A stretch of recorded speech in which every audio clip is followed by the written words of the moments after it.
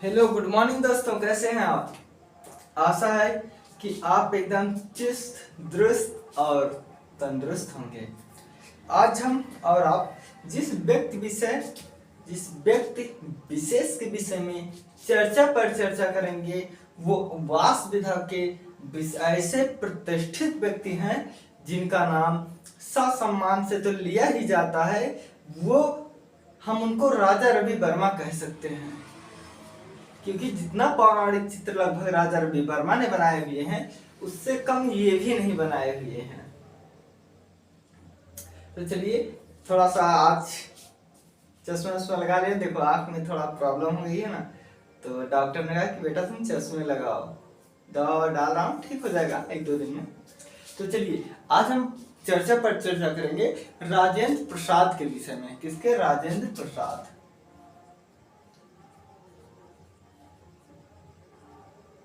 राजेंद्र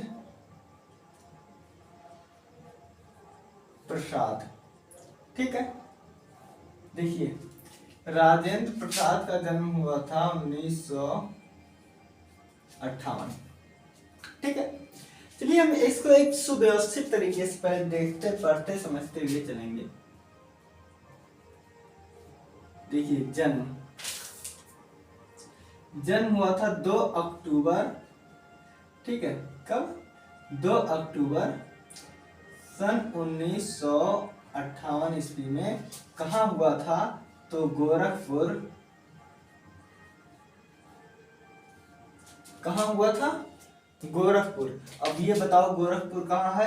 तो गोरखपुर है उत्तर प्रदेश में। यहाँ तक ठीक है। गोरखपुर उत्तर प्रदेश में है। देखिए ये जो राजेंद्र प्रसाद जी हैं ये वास विधा में बहुत प्रतिष्ठित व सम्मानित व्यक्ति हैं। इन्होंने जो शिक्षा ग्रहण किया है वो, चलिए हम लिख लेते हैं कला शिक्षा, ठीक है। क्या? कला शिक्षा। देखिए कला शिक्षा जो है ये लखनऊ कला विद्यालय से लेते हैं। कहाँ? लखनऊ कला विद्यालय से।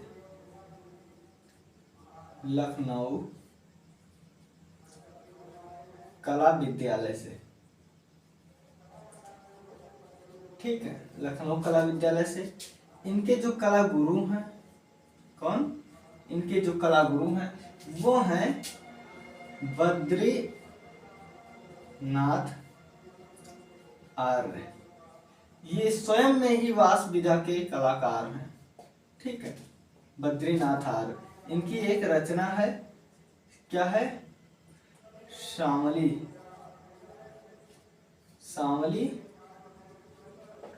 गंगावतरण। ये इनके गुरु का है। आप लिखना चाहना तो लिख लेना, कोई बहुत जब दबाव नहीं है, ठीक है। अब देखिए ये हमारे जो राजेंद्र प्रसाद जी हैं ये वास विधा के सम्राट हैं। ये तो इनकी जो है ये प्रमुखता है, ठीक है। ये प्रमुख है, प्रमुखता, ठीक है। लेकिन इसके साथ ही साथ ये रेखांकन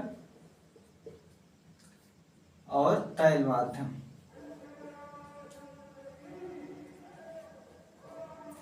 में काम किए, लेकिन जो सबसे ज्यादा है वो वास विधा में है, ठीक है।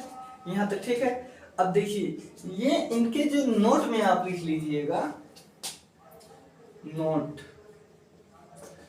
क्या है कि ये मांसल्य युक्त, क्या? ये जो शरीर बनाते थे,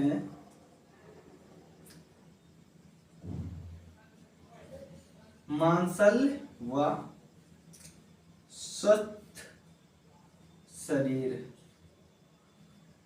ठीक है, स्वस्थ शरीर बनाते थे। देखिए जब हम पाश्चात्य कला पढ़ रहे थे हम आप सभी लोग, तो वहां हम देखे थे जो वो है माइकल एंजेलो थे, वे बलिष्ठ जो है शरीर बनाते थे। उनका मानना था कि जब शरीर बलिष्ठ रहेगा तभी वो काम करे, तभी वो आत्मा पर जो है अपने यानी कि अपने मन पर वो विजय पाएगा। तो वैसे ही लेकिन इनकी जो चित्र हैं, देखिए जल रंग एकदम कोमलता होता ही है, होता है ना। तो जब जल रंग से उसमें और कोमलता आता जाता है। तो इसी तरह इनके जो चित्र हैं उनमें मांसल और जो स्वच्छंद शरीर है वो बहुत ही प्रतिष्ठित रूप से, सुचारू रूप से जो है अवगत होता है। ठीक है। अवधेश मिश्र आप कला समीक्षक हैं, अभी जीवित हैं। कौन? कला समीक्षक, कला समीक्षक, कला समीक्षक अवधेश मिश्र, अवधेश मिश्र। देखिए अवधेश मिश्र जी जो हैं ये बीजूका रिटर्न, ये इनका बहुत प्रतिष्ठित श्रृंखला है। और ये जब अपने शिक्षा लाइन में थे तो स्कूल डेज नाम से ये 10 वर्षों तक जो है, 10 वर्षों में अपनी एक श्रृंखला बनाए, बहुत प्रसिद्ध है। तो हम उसमें इनको नहीं मिलाएंगे, नहीं तो मिक्स सारा होता जाएगा। इसलिए बता दे रहे हैं कि इनकी बीजूका रिटर्न जो बहुत सुप्रसिद्ध है। देखिए अवधेश जी क्या कहते हैं कि ये कहते हैं कि जिस प्रकार असित कुमार हलदार, बद्रीनाथ आर्य और नित्यानंद महापात्रा, सुखबीर सिंह सिंघल, ये सब जो कलाकार हैं, जिस तरह उन लोगों ने वास पद्धति को एक समांतर रूप से एक स्थान दिया, उसी तरह इन्होंने एक समांतर लय पर चलने के साथ साथ इन्होंने अपनी खुद की एक शैली विकसित किया था। तो इन्होंने क्या कहे थे? ये कहे थे कि जिस तरह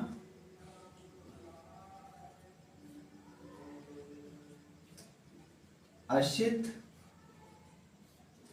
मतलब असित कुमार हलदार, आप समझ लेना, ठीक है। बद्रीनाथ आर्य और वो रणवीर सिंह बिष्ट,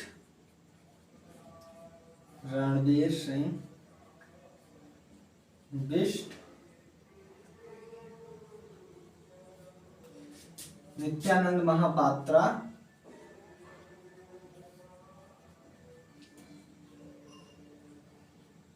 आदि। मैं आदि कर दे रहा हूं क्योंकि वो तो जो वर्णन किए हैं ना, वो लखनऊ के लगभग सभी विद्यार्थियों को, सभी कलाकारों को, सभी जो है संबंधित एक जो पद है, सभी पद वालों का उन्होंने जो है वर्णन किया। तो हम सब कुछ बस इतना में आप समझ जाएंगे कि जिस तरह असित कुमार हलदार, बद्रीनाथ आर्य, रणवीर सिंह बिष्ट, नित्यानंद महापात्रा आदि लोगों ने वास विधा को एक समांतर लय पर रखा है। आदि जिस प्रकार एक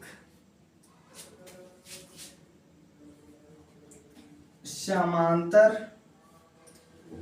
स्थान पर रखा है,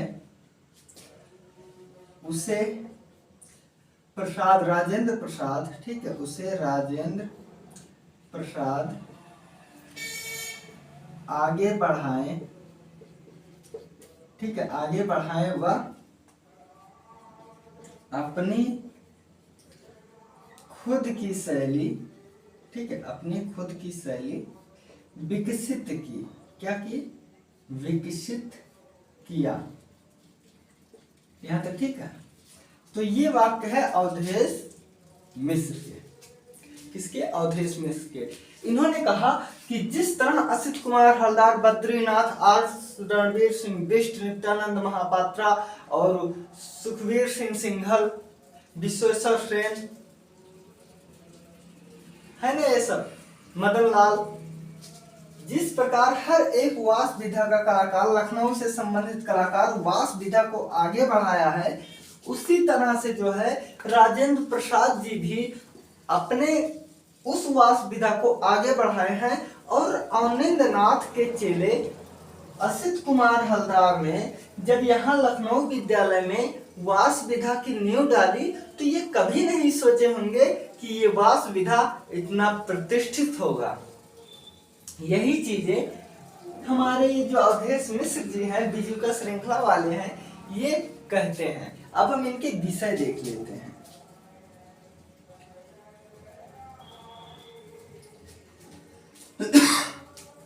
तो ये पहला है समसामयिक, ठीक है, समसामयिक समाज, राजनीति, ठीक है, समसामयिक समाज, राजनीति, और इसी के साथ ही साथ घटना, रहस्य, क्रम, घटना, दुर्घटना का नाटकीय चित्रण, ठीक है। मैं देख लूं नीचे तक आ रहा है वीडियो में, हाँ आ रहा है, बहुत अच्छे से आ रहा है। देखिए ये तो इनके विषय हैं जो सामाजिक से हैं। अब हम देखेंगे कि इनके चित्रण विषय क्या है। यहां पर हम देखेंगे चित्रण विषय, चित्रण विषय। देखिए चित्रण विषय में पहला बात था पौराणिक, पौराणिक था, सामाजिक था, ऐतिहासिक था, ठीक है, और दैनिक जीवन, ठीक है। पौराणिक, सामाजिक, ऐतिहासिक और दैनिक जीवन से संबंधित इनके जो चित्र थे वो था। बद्रीनाथ आर्य जो इनके गुरु थे, बद्रीनाथ आर्य जो इनके गुरु थे, ये इनको संस्कार व आस्था, ठीक है, संस्कार व आस्था, जिस तरह बद्रीनाथ आर्य संस्कार और आस्था पर चले हुए अपने शिष्यों के बीच बहुत प्रतिष्ठित और बहुत चर्चित कलाकार, बहुत चर्चित अध्यापक रहे हैं, उन्हीं के मार्गों पर प्रशस्त होकर राजेंद्र प्रसाद जी भी बहुत अच्छे अध्यापक के रूप में ये कार्य किए हैं। इनके जो बच्चे थे, स्टूडेंट थे, ये वही प्यार देते थे जो बद्रीनाथ आर्य जी को मिलता था। और इनकी कृतियों में संस्कार, आस्था, ये सब यूं मानो जैसे पिरोया गया हो, बिल्कुल यूं मानो जैसे पिरोया गया हो। साथ ही साथ ये जो चित्रण करते थे, चलिए पहले मैं इनका एक श्रृंखला बता देता हूं, ठीक है। यहां पर ये लिख लीजिएगा इंपॉर्टेंट में, इनका एक इंपॉर्टेंट चित्र है जिसका नाम है सारंगी वाला, सारंगी वाला। ये क्या है जानते हैं? ये है श्रृंखला। क्या सारंगी वाला ये एक श्रृंखला है। तो आप तो जानते हो कि ये सारंगी वाला एक श्रृंखला है, लेकिन हम पहले बता दे रहे हैं फिर लिख देंगे ताकि आप अच्छे से समझ जाओ। ये जो सारंगी वाला है ना, एक साधु, हाँ बिल्कुल, एक साधु जिसके पास एक कमंडल होता है और एक दरी सा होता है, पास में रखता है कि जहां पहुंचे, जिस गांव पहुंचे, जिस बगीचे में पहुंचे, उस दरी को बिछाकर और सारंगी बजाकर भगवान नाम कीर्तन करके और वो वहां पर सोते, भिक्षा मांगते, खाते पीते। जिस तरह एक जल का, एक पानी का ठहराव नहीं होता, उसी तरह एक संत का कोई निश्चित स्थान नहीं होता। जिस तरह एक पानी अगर उसमें ठहराव आ जाएगा तो उसमें कीड़े पड़ जाएंगे, उसी तरह एक संत अगर वो कहीं पर ठहराव आ गया या कहीं पर वो ठहरने लगा तो वो संत संत नहीं रह जाएगा। तो इसमें क्या दृश्य दिखाया गया है कि एक पेड़ है, देखिए ये एक चबूतरा है, ठीक है, क्या है, ये एक चबूतरा है और ये एक पेड़ है, यहाँ से डालियां वालियां निकली हुई है और यहाँ पर एक घर है, क्या है, यहाँ पर एक घर है और इस घर पर एक स्त्री खड़ी हुई है। चीजों को समझते हुए चलिएगा, ठीक है।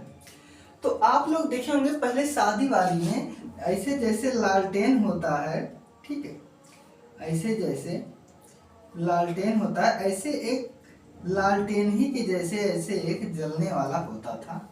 ठीक है, ऐसे ऐसे ही एक जलने वाला होता था यंत्र, जिसको क्या कहते थे आप बताओ? इसको कहते थे मेट्रोमैक्स, नहीं सॉरी पेट्रोमैक्स, इसे पेट्रोमैक्स कहते थे।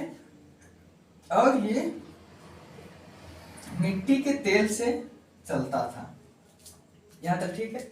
तो वही आप लोग देखे होंगे बचपन में, पहले शादी वादी नौटंकी वोटंकी जहाँ होती थी ऐसे लगाया जाता था, कि वही चीज है। तो यहाँ पर एक यही पेट्रोमैक्स जो है यही टांगा गया है। ठीक है, और यहाँ एक संत बैठकर जो है सारंगी बजा रहा है, भगवान नाम संकीर्तन कर रहा है, और जमीन पर लोग बैठकर सुन रहे हैं। यहाँ तक ठीक है। तो इस रात्रि का सीन है, रात्रि का दृश्य, इसका जो प्रकाश चारों तरफ प्रकाशित होता है, तो इसका कुछ प्रकाश इस स्त्री के जो है चेहरे पर, कपड़े पर, उसके जो कपड़े के सिलवटे होते हैं, जैसे ये यहाँ पर सिलवट बना है, यहाँ पर सिलवटे बना है, ऐसे उस स्त्री के जो सिलवटे पर जब प्रकाश पड़ता था तो उसमें इतनी फिनिशिंग, इतनी बारीकियां, इतना अलौकिक ढंग से इन्होंने वास्तु चित्रण में बना के वो प्रसिद्धि, वो प्रतिष्ठित हासिल किया है, जो लोग आयल चित्र में उस बारीकियों को, उस फिनिशिंग को नहीं दे पाते, वहीं राजेंद्र प्रसाद जी इतनी बारीकियों से चीजों को अवगत कराया है। साथ ही साथ इस स्त्री के ऊपर तो प्रकाश पड़ ही रहा था, यहाँ पर भी प्रकाश, यहाँ पर भी प्रकाश, यानी कि वो प्रकाश जैसे इस समय हमारे यहाँ हाईलाइट होगा, ज्यादा प्रकाश पड़ रहा होगा, यहाँ पड़ रहा होगा, यहाँ पड़ रहा होगा, यहाँ, तो उसी तरह से अब देखिए, ऐसा तो है नहीं कि आज की तरह बड़ी लाइट थी, दूर तक प्रकाश जाता था, नहीं, बहुत ज्यादा जाता था इसका प्रकाश, तो 10 मीटर 20 मीटर ऐसे ही था, बहुत ज्यादा नहीं था, यानी जहां जलता था उससे थोड़ा ही आसपास था। तो राजेंद्र प्रसाद जी उस चीजों को बड़ी बारीकियों के साथ उन्होंने उस महिला के जो यौवन है, सौंदर्य है, उसमें वो चीजें प्रतिष्ठित, वो प्रलक्षित होते हुए दिखाया है। अब यही चीजें हम एकदम शॉर्ट में लिख दे रहे हैं। ठीक है, अब हम इसे मिटा देना चाहेंगे। तो समझ गए आप? और सोचो कि ये वो चीज जो है, वो इफेक्ट जो लोग ऑयल पेंटिंग में लाते, जो पाश्चात्य वाले लाते थे कभी, वो आज वास्तु कला इतनी प्रसिद्ध हो गई राजेंद्र प्रसाद जी की कि हम आपको क्या बताएं। तो देखिए, पहली बात हम इसमें धीरे से लिख लेंगे कि पेड़ के नीचे, देखिए पेड़ के नीचे साधु सारंगी बजा रहा है। ठीक है, पेड़ में पेट्रोमैक्स, ब्रैकेट में हम लाइट लेते रहे। ठीक है, लाइट टांगा गया है, क्या टांगा गया है,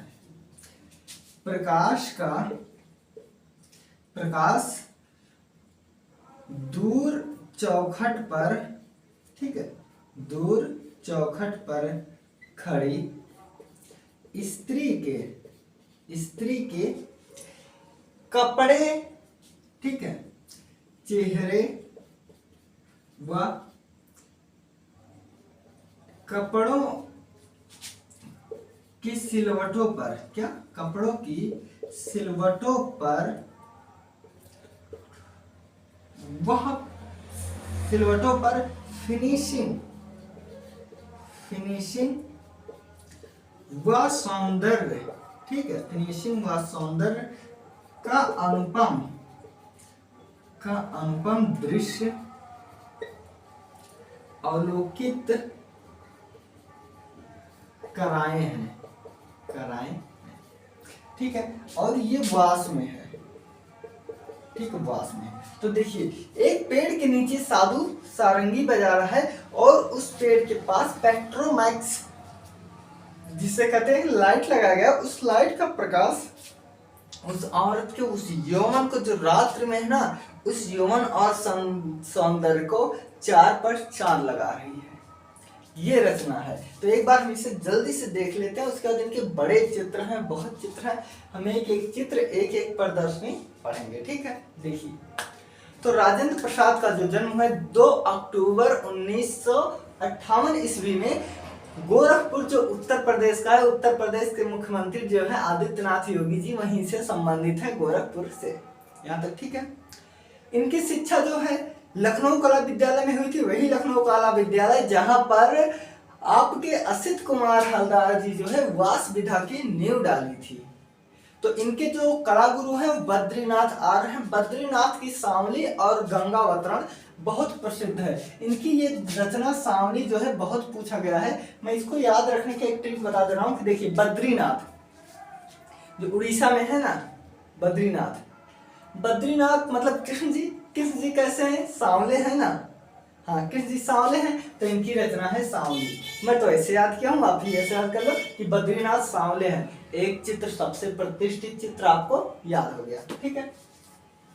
ये जो चित्रण करते थे उसमें मांसल्य और सौंदर्य शरीर, अरे सॉरी, स्वच्छ शरीर। अब आप खुद सोच सकते हो कि जिसके चित्रों में मांसल्य और स्वच्छ शरीर प्रधानता हो, तो वो यहाँ पर स्त्री के चेहरे को किस तरह परिलक्षित करेगा, किस तरह उसमें उभार देगा, किस तरह वो रंगों को जल में खिलता हुआ परिलक्षित कराएगा। बिल्कुल। इसके बाद कला समीक्षक अवधेश मिश्र जी हैं, ये कहते हैं कि जिस तरह असित कुमार हलदार, बद्रीनाथ आर्य, रणवीर सिंह बिष्ट, नित्यानंद महापात्रा, ठीक है, विश्वनाथ, इन लोगों ने, आदि लोगों ने जिस तरह एक समांतर स्थान रखा है, उसे राजेंद्र प्रसाद आगे बढ़ाने को अपनी खुद की शैली विकसित किए हैं। कौन? यही राजेंद्र प्रसाद बाबू। इनके जो साधारणता विषय होते थे वो सामाजिक जनजीवन होते थे, राजनीतिक से घटना पर होते थे, वह दुर्घटना पर कैसे होते थे, नाटकीय प्रभाव होते थे। अब आप एक बात बताओ, देश में कुछ घटना घटित होगा तो हम डायरेक्ट नहीं, हम जैसे अखबारों में जो है जो नाटकीय चित्र बनता है, आप देखे होंगे मोदी का बनता है, राजेंद्र किसी भी का बनता है, तो वैसे ये जो है व्यंग्यात्मक या नाटकीय चित्रों को परिलक्षित किए हैं। साथ ही इनके जो विधा है, वास विधा इनका प्रमुखता है, लेकिन रेखांकन ये और जलमग्न में भी ये काम किए हैं। इनके जो विषय चित्रण है वो पौराणिक, सामाजिक, ऐतिहासिक व दैनिक जीवन से संबंधित है। अभी हम एक एक चित्र आपको बताएंगे जो एक एक स्थान से वो मेल खाएंगे, ठीक है। अब हम इसको मिटाना चाहेंगे, क्योंकि हमने जब इनके बारे में जब पढ़ रहा था ना, इतना आनंद आ रहा था इनके बारे में पढ़कर कि हम आपको क्या बताएं। मैंने एक बार नहीं, हमने 2-2 बार पढ़ा इनके बारे में, बहुत आनंद आया। तो आशा है कि जानते हो, मैं इसका वीडियो भी अपलोड कर चुका हूँ, तो आप वहां पर देखिएगा, जो आप पढ़ोगे पूरा ना, बहुत आनंद आएगा। अब देखिए, अब हम यहीं पर लिख रहे हैं इनके प्रमुख चित्र। तो देखिए, मैंने लिखा था ना पौराणिक, ठीक है। तो पौराणिक में आप पहले लिख लीजिए रामायण, महाभारत, ठीक है, रामायण, महाभारत, सरस्वती, लक्ष्मी, शिव आदि, मतलब आदि जो देवी देवता होंगे उनको आप अपने हिसाब से देख लीजिएगा। यहां तक ठीक है। अब देखिए, इसके बाद हमने यहां पर लिखा था ऐतिहासिक चित्र, लिखा था ना, ऐतिहासिक चित्र में लिखा था, दैनिक जीवन से संबंधित चित्र लिखा था, गांव का चित्र जैसे होता वैसे। तो देखिए, अब हम इसके बाद यहां पर लिखेंगे दैनिक जीवन के चित्र, दैनिक जीवन के जो चित्र है, इसी में हम सारा जो है समाहित कर देना चाहेंगे, ताकि एक एक चीजें एक ही जगह रखना ठीक भी नहीं है, आप याद भी नहीं कर पाओगे। ठीक है, तो देखिए यहाँ इनका है प्रतीक्षा। अब मैं प्रतीक्षा का भी थोड़ा सा वर्णन करना चाहूंगा, ऐसे ही लिखाऊंगा तो बहुत बड़ा हो जाएगा, आप जान लीजिए। ये एक छत है, ठीक है, क्या है, ये एक छत है और ये छत की जो है चेहर दीवारी है। ठीक, सपोज दैट ये एक छत है, छत की चेहर दीवारी है और पूरा पूरा जो है रात्रि का सीन है। ठीक है, चंद्रमा है। यहाँ एक स्त्री इतनी अच्छी और में खड़ी हुई है कि उसी तरह जिस तरह ये जो है यक्षिणी खड़ी हुई है 3 डायमेंशन में, यानी कि त्रिभंग मुद्रा में खड़ी हुई है। ठीक है, ऐसे उसी तरह जो है एक स्त्री खड़ी हुई है और ये रात्रि का जो प्रकाश की किरण आ रहा है ना, मानो उसी तरह से जिस तरह यहाँ हम बताए थे सारंगी वाला में वो प्रकाश आच्छादित कर रहा था। तो सोचिए रात्रि के दृश्य कितनी मनमोहक होंगी और उस दृश्य में ये स्त्री कितनी लावण्यपूर्ण होगी, कितनी सौंदर्यपूर्ण होगी और इसका जो यौवन होगा वो रात्रि में किस तरह से परिलक्षित होता होगा ना। एक तो ये चित्रण करते थे मांसल्य और सौंदर्यपूर्ण, ऊपर से रात्रि के वो चंद्रमा का ऐश्वर्य किस तरह आच्छादित करता होगा। ये चीज जो है इसी प्रतीक्षा में है। एक स्त्री जो है वो प्रतीक्षा कर रही है अपने पिया जी की, याद पिया की आने लगी भीगी भीगी रातों में। ठीक है, चलिए देखिए इसके प्रतीक्षा हो गया। ठीक है, और कूदती फांती युवतियां मतलब बच्चियां। ठीक है, क्या है, कूदती फांती, ठीक है, कूदती फांती युवतियां, खेत में युवतियां, खेत में युवतियां। ठीक है, हुक्का पीते बुजुर्ग, हुक्का पीते बुजुर्ग, यहां तक ठीक है। मचान पर, कहा, मचान पर बैठकर रस्सी पटते वृद्ध, मतलब बूढ़े बाबा जो है रस्सी पटते हुए यहाँ पर दिखाया गया है। जाल डालता मछुआरा, क्या है, जाल डालता मछुआरा। ठीक है, मछुआरा, मछुआरा है भाई, जाल डालता मछुआरा। अयोध्या में नाव पर सवार बंदर। ठीक है, क्या, अयोध्या में नाव पर सवार बंदर, अपने पिया की प्रतीक्षा करती युवती। और क्या है, मैं यहां लिख दे रहा हूं, अपने पिया की प्रतीक्षा मैं भूल गया प्रतीक्षा कैसे लिखा जाएगा। हाँ, प्रतीक्षा करती युवती। ठीक है, याद पिया की आने लगी भीगी भीगी रातों में। ठीक है, इसके बाद है जो है आराम करता, इसके बाद है आराम करता बंदरों की टोली, बंदरों की टोली। ठीक है, देख लूं आ रहा है, आराम करता बंदरों की टोली में। इसमें थोड़ा सा इंक रिफिल कर लूं जिससे एकदम आराम से चटक चटक दिखने लगे। ठीक है, चलिए, आराम करता बंदरों की टोली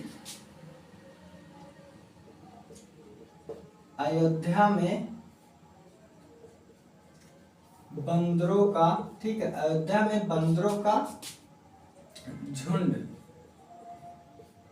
ठीक है, अयोध्या में बंदरों का झुंड, और अयोध्या में खड़ाऊ पूजा करते, राम की खड़ाऊ पूजा करते भरत। अयोध्या में राम की खड़ाऊ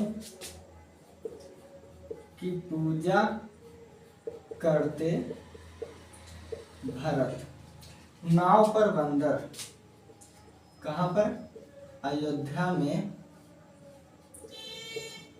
नाव चलाता बंदर, नाव चलाता बंदर। और अपने पिया की प्रतीक्षा में लिख ही दिया हूं। साथ ही जो इनकी चित्रों में है वो है मेडिटेशन। क्या है? वो है मेडिटेशन, मेडिटेशन, ठीक है, मेडिटेशन। मेडिटेशन हो गया इनकी रचना। देखिए मेडिटेशन सरस्वती और श्रुति हम लिखाए थे ना। और यहां पर है पार्वती शिव, अयोध्या मेला।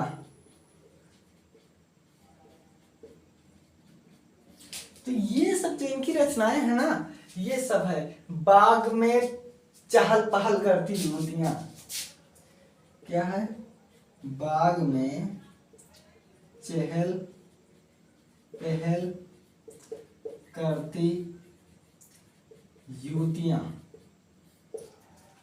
ठीक है, बाग में चहल पहल करती युवतियां। इसके साथ ही साथ जो है कूदती फांती नारियां हो गई, ये हो गया।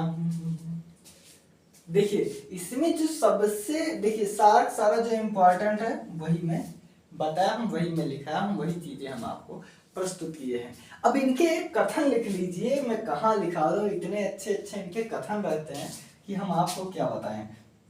तो मैं यहाँ अयोध्या लिख दे रहा हूँ, ठीक है, अयोध्या मेला।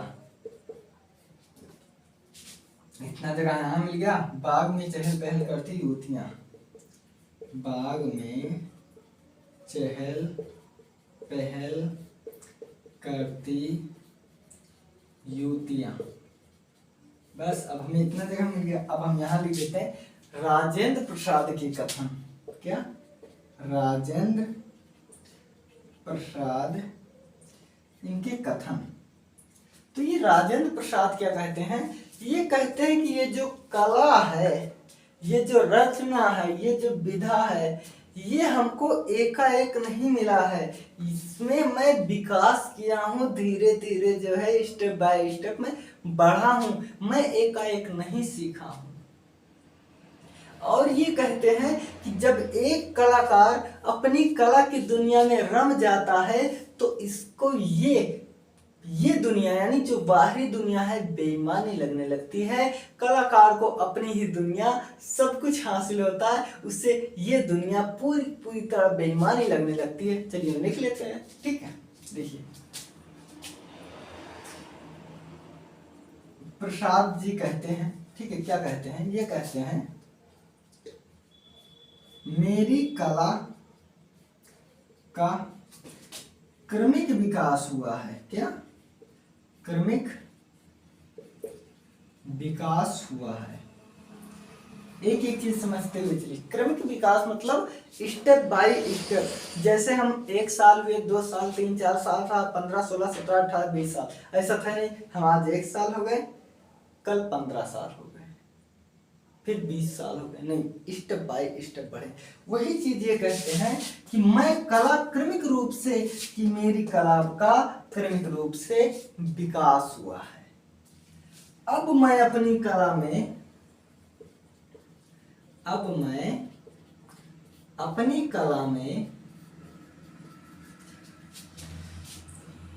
मैं अपनी कला में दिल से, क्या? दिल से रम गया हूं। मैं एक बात बता दूं, ये राम नहीं लिखा हूं, मैं रम लिखा हूं। नहीं तो तुम लोग राम लिख लो, उसके बाद जो है मेरी मुझे परेशान करो, ठीक है। तो देखिए कहते हैं कि अब मैं अपनी कला में दिल से रम गया हूं, ये कला ही मेरी दुनिया है, ये कला ही मेरी दुनिया है, कला ही मेरी दुनिया है, बाकी बाकी कला के अलावा, बाकी कला के अलावा ये बाहरी दुनिया, ठीक है, ये बाहरी दुनिया हमें बेईमानी लगती है। क्या बेईमानी लगती है। इन्होंने कहा कि मुझे मेरी कला का क्रमिक विकास हुआ है, अब मैं अपनी कला में दिल से रम गया हूं, ये कला ही मेरी दुनिया है, बाकी कला के अलावा ये बाहरी दुनिया हमें बेईमानी सी लगती है, पूरी पूरी बेईमानी ही लगती है। देखिए अब हम इनके चित्र वो प्रदर्शनी देख लेते हैं। मैं देख लेता हूँ यहाँ आ जाएगा कि नहीं वीडियो में, ठीक है, आ जाएगा। मैं यहीं से बता देना चाह रहा हूँ कि एक है, देखिए एक तो है 1984 में, हाँ एक है 1984 में एकल प्रदर्शनी, ठीक है, एकल प्रदर्शनी। ये एकल प्रदर्शनी कहीं कहाँ लगा है तो राज्य ललित कला अकादमी, ये कहाँ है, लखनऊ में, ठीक है, कहाँ, राज्य ललित कला अकादमी लखनऊ, ठीक है, लखनऊ से मिला है। और इसके बाद मिला है 1986, ठीक है, वो सॉरी 98, हाँ 1998 में इनको जो है, देखिए इनको सृष्टि आर्ट गैलरी से मिलता है। क्या, सृष्टि आर्ट गैलरी, ये कहाँ है भाई, लखनऊ से मिलता है। और अभी ये जीवित कलाकार हैं। कैसे, जीवित कलाकार, ये अभी जीवित कलाकार हैं। तो देखिए अब हम देख लेते हैं चीजों को, ठीक है। देखिए अब राजेंद्र प्रसाद के आगे हम चीजें पढ़ चुके थे। अब देखिए इनकी जो पौराणिक चित्र है, रामायण महाभारत में सरस्वती, लक्ष्मी, शिव आदि का मतलब ये पार्वती, शिव पार्वती का किए हैं, ठीक है। और रामायण के जैसे जटायु और राम का संवाद दिखाए हैं, मेघनाथ लक्ष्मण का वध दिखाए हैं, और इसमें जो श्रृंखला है उषा और अनिरुद्ध का प्रेम प्रसंग इन्होंने बनाया है। तो इस दोनों से संबंधित चित्र आपको मिल जाएंगे, इसलिए हमने मूल चीज ही बता दिया भैया, रामायण महाभारत से संबंधित बनाए हैं। इसके अलावा सरस्वती, लक्ष्मी और शिव की प्रतिमा बनाए हुए हैं। इनकी जो प्रतीक्षा चित्र है मैंने बता दिया वो किस अवस्था में है। ऐसे करके किस किस डायमेंशन में, ऐसे करके, हाँ शायद ऐसे कुछ करके, यानी त्रिभंग मुद्रा में खड़ी है, और ऊपर से जो है जो चांद का रोशनी पड़ रहा है, इनके सौंदर्य लावण्य को एक अलग दुनिया की तरह प्रकाशित कर रहा है।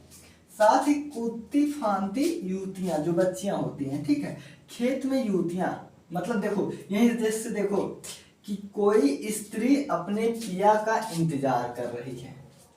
कहाँ इंतजार कर रही है, छत पर इंतजार कर रही है, ठीक है। कोई स्त्री अपने पति देव का छत पर इंतजार कर रही है कि अभी दिखाई नहीं दे रहे हैं, पिया जी कहाँ हैं। तो चीजों को समझिए, देखिए यहाँ है अपने पिया का प्रतीक्षा करती होती हैं, तो कहाँ कर रही, छत पर, मैंने बताया ना छत से, तो छत पर खड़ी होकर प्रतीक्षा कर रही है। अब कूदती फांती युवतियां, खेलते कूदते जो है खेत में आराम से बच्चियां जा रही हैं, ये है खेलती कूदती युवतियां। अब बूढ़े बुजुर्ग क्या करेंगे, वो तो भैया हुक्का पियेंगे, और हुक्का पी के मचान बनाकर आराम से खेत में रखाएंगे कि बड़ेला वड़ेला ना आवे, उसके बाद वहीं बैठे बैठे रस्सी कराते हैं, ठीक है। तो ये दोनों आपका यहाँ तक कवर हो गया। अब देखो जाल डालता मछुआरा, अब जो गांव का सीन है, इनके दैनिक जीवन के चित्र रहते हैं, देखिए, कोई बाजार लगाता है, कोई दुकान जाता है, कोई खेतों में जाता है, कोई मछली मार कर लेकर आता है, कोई डलिया बुनता है, डलिया डलिया, ठीक है, बुनता है। तो ये सब दैनिक जीवन के चित्र हैं। ऐसे जो है जाल डालता मछुआरा है। लगे हाथ देख लीजिए, 1984 में इनको राज्य ललित कला अकादमी का पुरस्कार मिला था। 1998 में सृष्टि आर्ट गैलरी लखनऊ का पुरस्कार मिला था। अब देखिए, यहाँ तक हो गया कि अपने पिया का छत पर खड़ी होकर इंतजार कर रही हैं और कूदती फांदती स्त्रियां जो है, बच्चियां आ रही हैं, बड़े बुजुर्ग हुक्का पी रहे हैं और रस्सी भर रहे हैं, और यहाँ एक मछुआरा मछली मार कर ले जा रहा है। अब देखिए, आराम करता बंदरों की टोली। एक बात जान लीजिए, अयोध्या में बंदर बहुत हैं, तो कुछ बंदर पेड़ पे कूदेंगे फानेंगे, वहीं कोई सो रहा होगा, कोई उसके जो लीख ढील हेर रहे होंगे, ये सब होता है, ठीक है। तो देखिए, अयोध्या में बंदरों की टोली हो गया, अयोध्या में बंदरों का झुंड, टोली झुंड एक ही समझ लीजिए, ठीक है। अयोध्या में राम की खाओं का पूजा करते भरत जी, ठीक है। अयोध्या में नाव चलाता बंदर। अब देखिए, बंदर भैया कहीं भी पहुंच सकते हैं। आप अगर अयोध्या आओगे ना, मिठाई उठाई लेकर प्रसाद जाओगे ना, तो आपका छीन भी लेंगे, ठीक है। अगर लाल पीला पहने रहोगे, बहुत थप्पड़ मारेंगे, ठीक है। बहुत दुष्ट बंदर है आके, ठीक है। और अयोध्या में नाव चलाता बंदर हो गया। मेडिटेशन, अयोध्या का मेला। सिंपल सी बात है, भीड़ भाड़ अयोध्या तो एक मेले की तरह दिखेगा दृश्य। और शिव पार्वती बाग में चहल पहल करती युवतियां। अब भैया बच्ची हैं, तो जब खेते जाइए तो रास्ता में बगीचा बगीचा मिले, आम आम खाइए आराम से, ठीक है। तो ये हो गया। अब ये कहते क्या है, ये कहते हैं मेरी कला का क्रमिक विकास हुआ है, मैं एक ही बार में नहीं हासिल कर रहा हूँ, धीरे धीरे चीजों को मैं पाया हूँ, ठीक है। इन्होंने कहा मेरी कला का क्रमिक विकास हुआ है, अब मैं अपनी कला में दिल से रम गया हूँ, ठीक है। मैं अपनी कला में दिल से रम गया हूँ, ये कला ही मेरी दुनिया है, और बाकी कला के अलावा बाहरी दुनिया मुझे बेईमानी सी लगती है, ऐसा राजेंद्र प्रसाद जी कहते हैं। तो ये कुछ तथ्य रहा राजेंद्र प्रसाद के विषय में। अब हम चर्चा पर चर्चा करेंगे अगले कलाकार के विषय में। सो टेक केयर, अपना ख्याल रखिएगा दोस्तों।